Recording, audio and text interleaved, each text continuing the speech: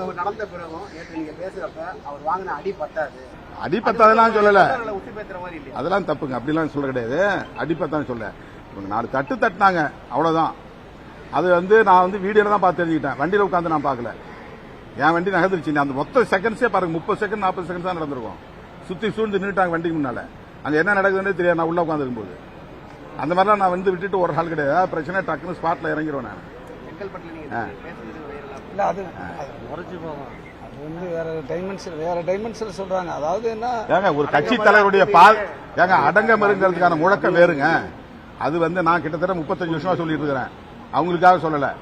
ஒடுக்கப்பட்ட மக்கள் அனைவரும் இது மாதிரி ஒடுங்கி கிடக்காதீங்க, கேஸ் போட்டானாக்கா பயப்படாதீங்க, யாராவது உங்களை மிரட்டாண்டா பயப்படாதீங்கன்னு சொல்றதுங்கிறது அது ஒரு அரசியல் முழக்கம். அது யாரும் ஒரு குறிப்பிட்ட சாதிக்கு எதிரானது இல்ல, ஒரு சமூகத்துக்கு எதிரானது கிடையாது. அது உலகம் முழுக்க பொருந்தும், எந்த சமூகத்துக்காக இருந்தாலும் அது பொருந்தும். செங்கல்பட்டுல நீங்க என்ன சொன்னீங்கன்னா, அவர் எதுவாக இருந்தா நான் என்ன சொன்னா, அவங்க யாரும் திட்டமிட்டு அடிக்கல. அவன் முறைக்கிறான், திரும்ப முறைக்கிறான். எஸ்கார்ட் போலீஸ் சொல்றாங்கல்ல, தம்பி ஒதுங்க, ஒதுங்கிருக்கலாம்ல. அதுக்கு அடுத்து இருக்கிற தம்பிங்கெல்லாம் ஒதுங்க சொல்றாங்கல்ல, ஒதுங்கலாம். அப்ப என்ன நோக்கம்? வண்டி மோதி கீழே விழல, இல்ல வண்டி மோதி ஒரு ஏதாவது ஸ்கிராட்ச் இருக்கா காட்டுங்க, ஒரு டெஸ்ட் எடுங்க. இந்த வண்டி அந்த வண்டி மோதணுங்கிறதுக்கு ஏதாவது பெயிண்ட் ஒட்டிருக்கும்ல.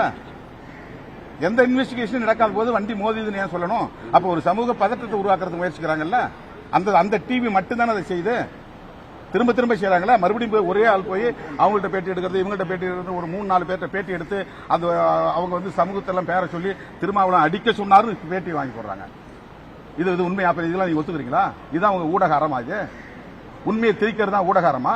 அது ஒரு நேர்மை வேண்டாமா ஊடகத்துக்கு? ஒன் சைடு எடுத்து செய்வாங்க, அவதூறு பரப்புவாங்க, வதந்தியை பரப்புவாங்க, சமூக பதற்றத்தை பரப்புவாங்க. அதையெல்லாம் ஊடக சங்கங்கள் அங்கீகரிக்குது. அப்போ நான் ஊடகவியலாளர் பக்கம் நிக்கிறவன் தான். ஊடகவியலாளருக்காக எத்தனை முறை நான் போய் களத்தில் நின்றுக்கிறேன். நான் என்றைக்கு நிற்பேன், இன்னைக்கு நிற்பேன், நாளைக்கு நிற்பேன். அது வேற விஷயம். ஆனா ஒன் சைடு எடுத்து வேலை செய்யக்கூடிய ஊடகங்களை நீங்க எப்படி அங்கீகரிக்கிறீங்க? பைக் மோதி இருக்கிறதுக்கு நீ ஆதாரம் காட்டுங்க. மற்ற சங்கங்கள் இன்னைக்கு என்ன கண்டிச்சிருக்காங்கல்ல, அந்த சங்கங்கள் எடுத்து இந்த ஃபுட்டேஜ் இருந்தா எடுத்து காட்டுங்க. உன் கார் அதுல மோதிச்சு, அதனால தான் அந்த செய்தியை போட்டாங்கன்னு காட்டுங்க. நீங்க என்ன சொன்னாலும் நான் கேட்டுக்கிறேன். பொது இடத்துல நான் மன்னிப்பு கேட்கிறேன். அதெல்லாம் எனக்கு எந்த பாதுகாப்பும் தேவையில்லைங்க, மக்கள் பாதுகாப்பு போதும்.